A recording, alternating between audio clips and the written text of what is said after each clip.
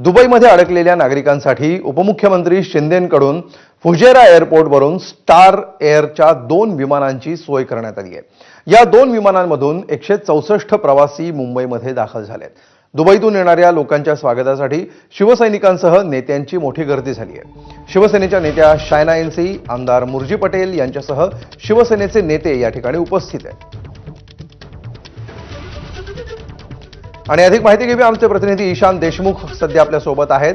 ईशान, कशा प्रकारे हे प्रवासी आता परत येत आहेत आणि त्याचं कसं नियोजन करण्यात आलंय? अमल, सध्या मी मुंबई आंतरराष्ट्रीय विमानतळावरतीच आहे।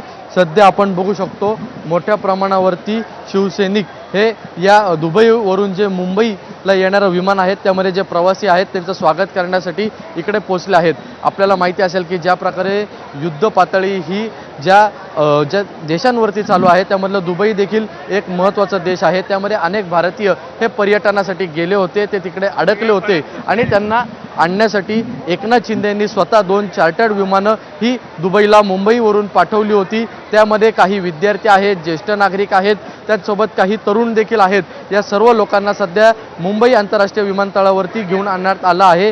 2 चार्टर्ड विमानं ही सध्या मुंबई आंतरराष्ट्रीय विमानतळावरती पोहोचले आहेत।